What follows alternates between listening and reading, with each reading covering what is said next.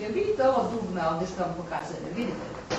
To dugme se ne pritiska, to se vrti ovako i tu na najsitniji frame dolazite do slike, do onog željenog pokreta koji hoćete da biste drugo. Pogledajte, imate, ovo je A kaseta, ovdje je B kaseta, a ovo je finalni ekran gdje se to spaja i gdje biva, ovaj ovdje ekran, vidite ga ovdje, to je od A do mašine. Vidite kako se sporazumeva, 0,7, 0,8. Živa slika ima i mrtva slika. Nisam mogla da to snime. Ispred mene je knjiga snimanja. Vidite. Dakle, to je to, ispred mene je mikser. Evo ga. Vidite knjigu snimanja.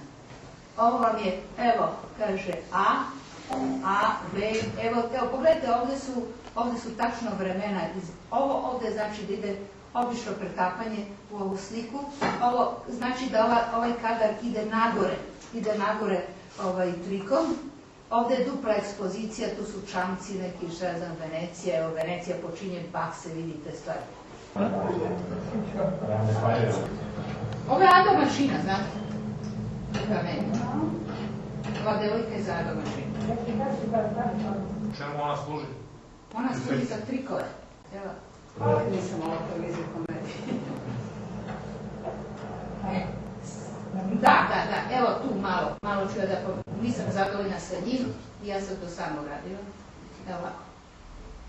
To je ta ručica, evo što je ta... To je mix pult, jel? Jeste, to je mixer. Ovo je ta ručica kojom se pretapa. Evo ja sam tu radila, vidite moju ruku, sad ću doći malo krupnije. Sad ću doći, evo. Ja sam mu pokazala, nisam bila zadovoljna sa ovim što je radio za mene.